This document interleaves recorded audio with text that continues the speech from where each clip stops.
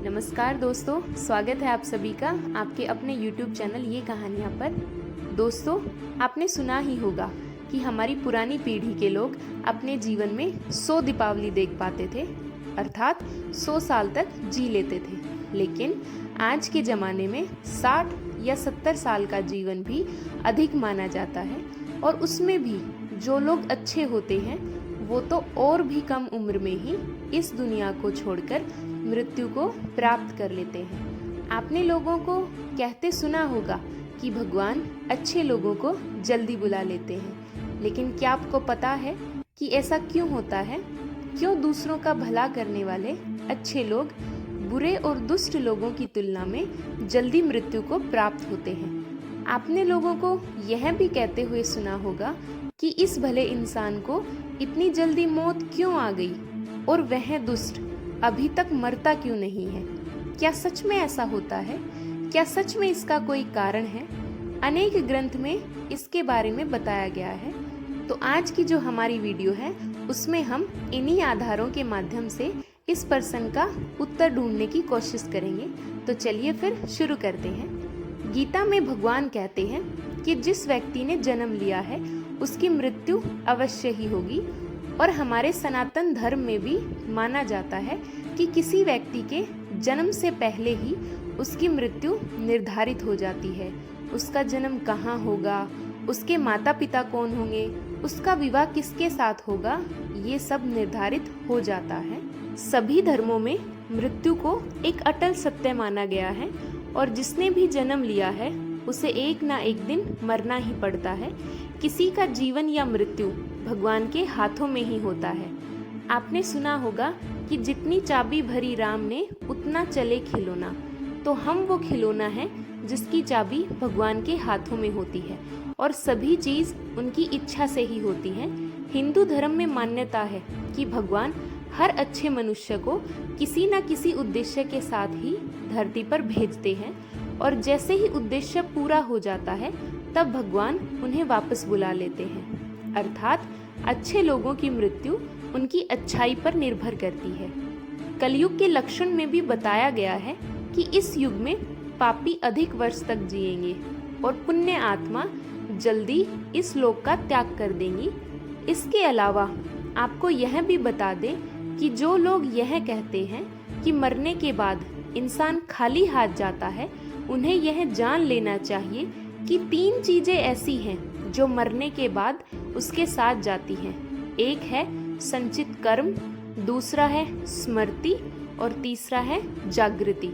इसलिए आप अभी किसी से मत कहना कि आप खाली हाथ आए थे और खाली हाथ जाएंगे। हमें कई बार लगता है कि कुछ भले लोग जो हमारे परिजन थे, या कोई और जिन्होंने कभी किसी को सताया नहीं था, कभी किसी को परेशान नहीं किया था, फिर भी भगवान ने उन्हें जल्दी कैसे बुला लिया। उन्हें तो अच्छे कामों के बदले और ज़्यादा जीना चाहिए था, और हम सोचते हैं कि भगवान ने ऐसा क्यों किया। तो आइए इस बात को समझते हैं। आपने कई प्राचीन कथाओं में सुना होगा कि जब कोई ऋषि या मुनि किसी अप्सरा या देवता पर क्रोधित होते थे तो उन्हें सजा के रूप में पृथ्वी लोक या मृत्यु लोक पर जन्म लेने का श्राप देते थे। यह मृत्यु लोक अन्य लोकों की तुलना में ऐसी भयानक और दुखदायक जगह है जहां सजा के तौर पर देवताओं और अप्सराओं को भेजा जाता था। सजा मिलने पर वह देवता और अप्सरा गिड़गिड़ाते थे कि हे प्रभु, हमसे गलती हो गई, हमें माफ करें और हमारी सजा कम करें। यह मृत्यु लोक समस्त ब्रह्मांड में ना तो अच्छी जगह है और ना ही बुरी जगह है। आप इसे कर्म भूमि कह सकते हैं, और कर्मों के हिसाब से ही आपकी आगे की यात्रा तय होती है। जब हम जन्म लेकर यहाँ आते हैं तो हमें इस मृत्यु लोक की माया जाल और मोह घेर लेती है, और हमें यह मृत्यु लोक अच्छा लगने लगता है। हमें इस मृत्यु लोक और यहाँ रहने वाले लोगों से मोह हो जाता है। हम इस मृत्यु लोक को छोड़कर नहीं जाना चाहते, और जब कोई हमारा साथी इस मृत्यु लोक को छोड़कर चला जाता है तो भी हमें दुख होता है। जब किसी इंसान की मौत होती है तो वह जीवात्मा यमराज के वहां जाती है और वहां उसके कर्मों का लेखा जोखा होता है। वहां देखा जाता है कि इस जीवात्मा ने अच्छे कर्म किए हैं या बुरे कर्म किए हैं। अगर किसी जीवात्मा ने मृत्यु लोक में बहुत बुरे कर्म किए हैं, बहुत ज़्यादा लोगों को सताया है, लूटा है या फिर दुख पहुंचाया है, तो फिर दूसरे जन्म में उसे उन सभी लोगों के साथ हिसाब चुकता करना पड़ता है और उसी कारण उस जीवात्मा को लंबा जीवन काल मिलता है। यदि जीवात्मा ने अच्छे कर्म किए हैं तो उसे अगले जीवन में कम सांसें दी जाती हैं।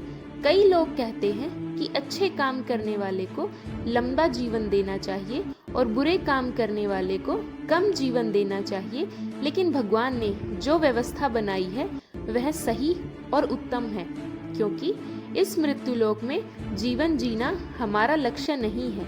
हम जीव आत्माओं का लक्ष्य तो परम पवित्र बनकर मोक्ष प्राप्त करना है और परमेश्वर का सानिध्य प्राप्त करना है।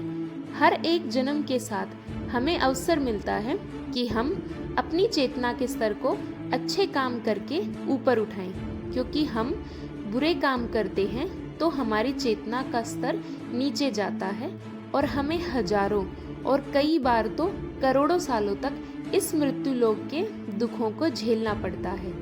कहा जाता है कि एक जीवात्मा को 84 लाख बार इस संसार सागर के चक्कर काटने पड़ते हैं, तब जाकर उसे मोक्ष मिलता है। लेकिन जो जीवात्मा अच्छे हैं और भले काम करते हैं, वह जीवात्मा जल्द से जल्द शुद्धता प्राप्त कर लेते हैं और कुछ ही जन्म लेने के बाद मोक्ष प्राप्त कर लेते हैं। इसलिए परमात्मा उनका जीवन काल कम रखते हैं ताकि वह जीवात्मा इस मृत्यु लोक के कष्टों को कम सहन करे और परम धाम में जाकर परम आनंद को प्राप्त करे। और जिस जीवात्मा ने मृत्यु लोक में गलत काम किए हैं, उसे इस मृत्यु लोक की यातना को ज्यादा दिन तक सहन करना पड़ता है और कई हजारों लाखों जन्म के बाद कहीं उसकी आत्मा पवित्र होती है, तब जाकर कहीं उसे परम धाम की प्राप्ति होती है। दूसरी बात यह है कि इस मृत्यु लोक में हमारा जन्म किसी न किसी उद्देश्य से होता है और जब वह उद्देश्य पूरा हो जाता है तो भगवान हमें वापस बुला लेते हैं। ऐसा नहीं है कि सभी लंबा जीवन जीने वाले लोगों ने अपने पिछले जन्मों में बुरे काम ही किए हों और वह अभी तक जीवित हो, तो इसका मतलब है कि उनके जीवन का उद्देश्य अभी तक पूरा नहीं हुआ है।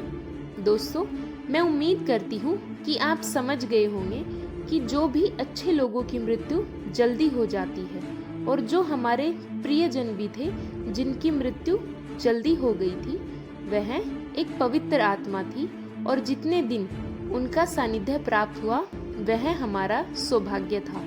उनकी मृत्यु के बाद हमें प्रार्थना करनी चाहिए कि उनकी आत्मा जल्द से जल्द परम धाम को प्राप्त करे और परम शांति और परम आनंद को प्राप्त करे।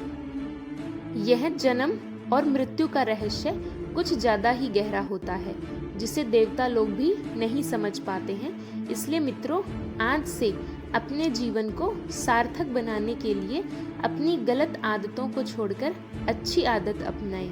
धर्म और तपस्या में मन लगाएं, क्योंकि ईश्वर सर्वशक्तिमान है और वही हमारा बेड़ा पार कर सकते हैं। थैंक यू, कीप स्माइलिंग और ऐसे ही देखते और सुनते रहें ये कहानियाँ।